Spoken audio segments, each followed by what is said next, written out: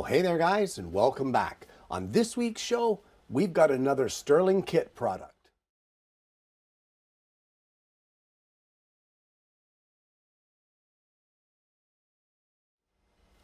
Well, we've had some fun with Stirlingkit products in the past. The first one being the steam engine, and then the second one being the steam engine with the generator with the little miniature street light. And we had a great time building those and playing around with them. And they have done it again, but this time they have sent me out something completely different. It's a very cool project, and I'm looking forward to putting it together with you today and showing you what they sent me, but we're not going to do it out here in the shop. I just don't want to sit out here at the bench and work on this. I have other things to work on, so we're going to head into the house and we're going to start putting this thing together. I'm going to show you what they sent me. It's very cool. Okay, this is one of the coolest kits I've ever seen. Guys, this is Stirlingkit's motorized Manta. This thing is spectacular. It's kind of like a steampunk Stingray that's motorized. I'm really looking forward to putting this together. So the first thing that you'll notice here is the packaging is unreal. I mean, everything is so well packaged and so well protected. Like, I would be literally shocked if anything here had even so much as a scratch or a fingerprint on it. But what I'm going to do is I'm going to have a quick peek here at this instruction manual and see what we have to do, and we're going to start putting this together. So the first thing I like to note is that all of the hardware that you need for this is in a case that comes labeled with parts that coincide with the instructions. So there's never a question as to which part you need. Also, it comes fully with the tools you need to put this together. So the first thing you need to do is you need to test and make sure that the lighting and the motor circuit is functioning correctly. And by doing that, you follow your pre-assembly steps here on the first page, and that will provide you with a way to assemble this temporarily and test the motor and the LED functions of both the stand and the Manta Ray itself. Well, now that we have the initial test of the motor and the LEDs done, we're going to move on to the first steps to assemble this Manta Ray. Now guys, the parts are all perfectly labeled over here. However, they are not labeled in the foam casings. So you're going to have to follow the design or the layout, the picture of each one of these parts, and then compare it with what you have out here to ensure that you have the right part. So the first thing I'm going to do, I'm not going to bore you to death by going through and following these steps, but I'm going to get us up to a certain point, and I'll show you what it looks like at that point. I'm not going to go through the full assembly here of this unit.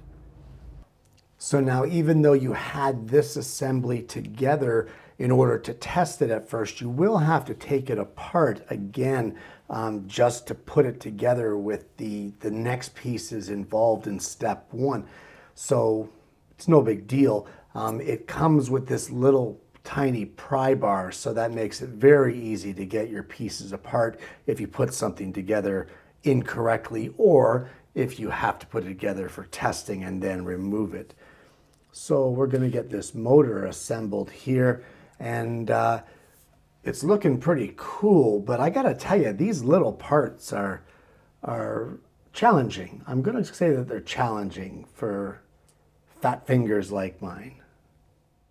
So one thing I just noticed is that while the parts themselves are not numbered, the layout over here coincides exactly with what is in the foam cutout. So it's very easy to be able to tell which piece is which. So that was nice to discover, and I can carry on now with step one. Well, while this kit does come with the screwdriver here to put things together, I have found, just my own personal preference, I like my own little screwdriver better. Um, just a little faster and a little easier for me to manipulate things. The smaller parts are a little harder on my hands, so any little assistance that I can give them is a good thing. And the little electric mini screwdriver works great. So this here is essentially step one complete. Now step one is the inner workings of the entire manta ray.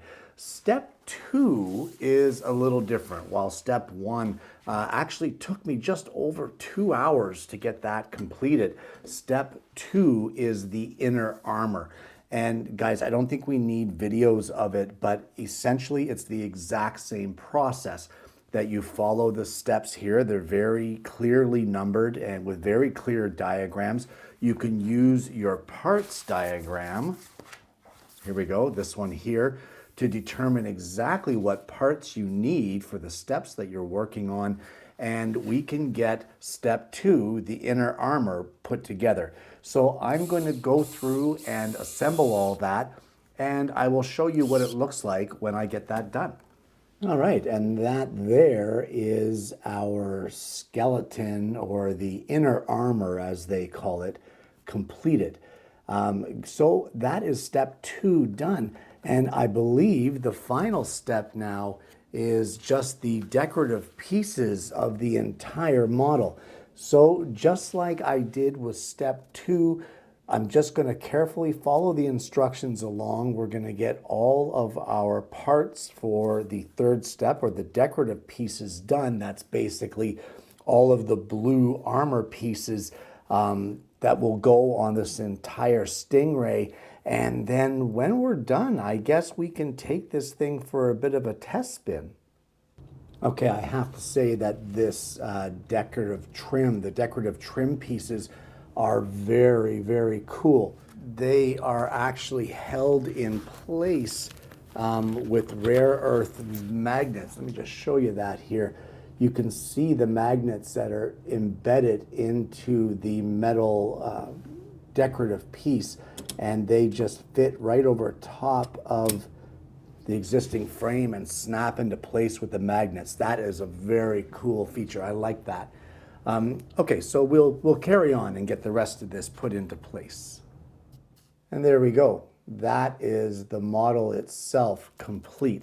Now it does come with this cloth, and we can take all of our fingerprints off of the decorative pieces to make it look a lot better. But let's put this on the stand and see how it works. So you just basically need to sit the Stingray on its base and connect it to a power source. Now guys, this is regular USB power. I have it with a USB battery pack powered up at the moment. So all you really need to do once you get it set in place and make sure that the 4 pins are making contact, they're spring-loaded contact pins in the bottom of the Stingray, all you need to do is turn this knob right here, and that will activate your Stingray. And this knob here on the right will turn the lights of your base either down or off. And the knob on the left on the front here, this controls the speed of your Stingray. Very cool. So one thing that I would like to point out is even without the USB power plugged in, this base holds a charge. So the base seems to be rechargeable here. I actually wasn't aware of that until I just unplugged it and the thing kept going. So it looks like we have a rechargeable base here so that you can charge it up and you don't have to have that cord always plugged into something. And there you have it. The motorized Stingray by Stirlingkit. Guys, this is an incredible model. From the day that Stirlingkit contacted me and asked if I would be interested in checking this model out, I was excited about it from day one. There's something about it. I don't know what it is.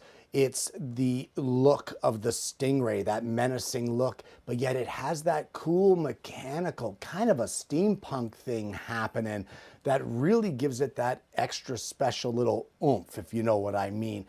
It's just an attractive kit. And I got to tell you the truth, it was actually a little more challenging than what I thought it was going to be. While the instructions themselves are extremely clear on how to put it together and the steps you take to assemble the model, those smaller pieces for larger hands can be challenging. Now, for me, instead of using the included screwdriver, I started with that at first and then changed over to my little electric precision screwdriver. The only reason I did that is because it made it a little quicker for me to assemble. But the screwdriver that they provide works just fine. But as I said, those small parts can be challenging. And at first, of course, because I didn't quite understand what was going on, identifying the parts was a bit of a challenge for me until I realized that the layout in the instructions is the exact same layout as the cutouts in the foam. And once I realized that, which was very quickly in the build, it made a world of difference. Suddenly the pieces were easy to get and easy to put in place and easy to assemble, but those small little screws were definitely a challenge of the build.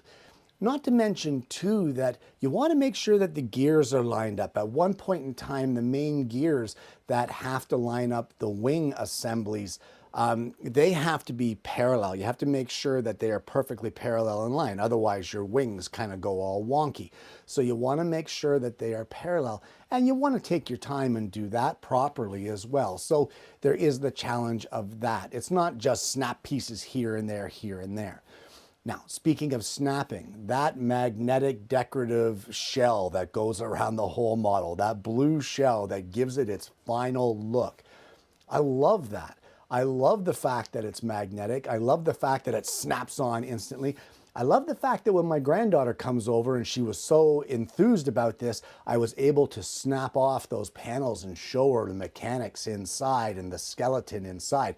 So those snap on and snap off panels that are held in place with rare earth magnets, that is actually a pretty cool feature. And if you wanted to, you could have various panels removed while you're operating this model to show the internal skeleton.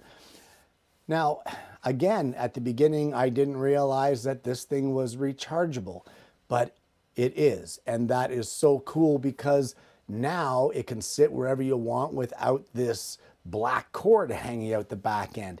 It gives it a much more streamlined look and really gives it, I don't know, there's something about the model I just love.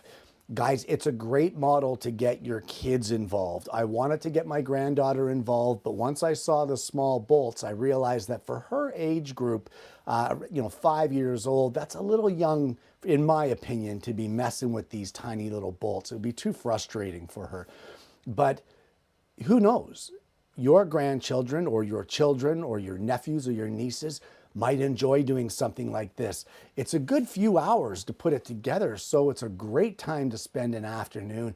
And honest to goodness, the results that you get are absolutely amazing. This thing is so cool. Guys, I want to thank you so much for tuning in this week. I really want to thank Stirlingkit for sending out the Manta Ray project.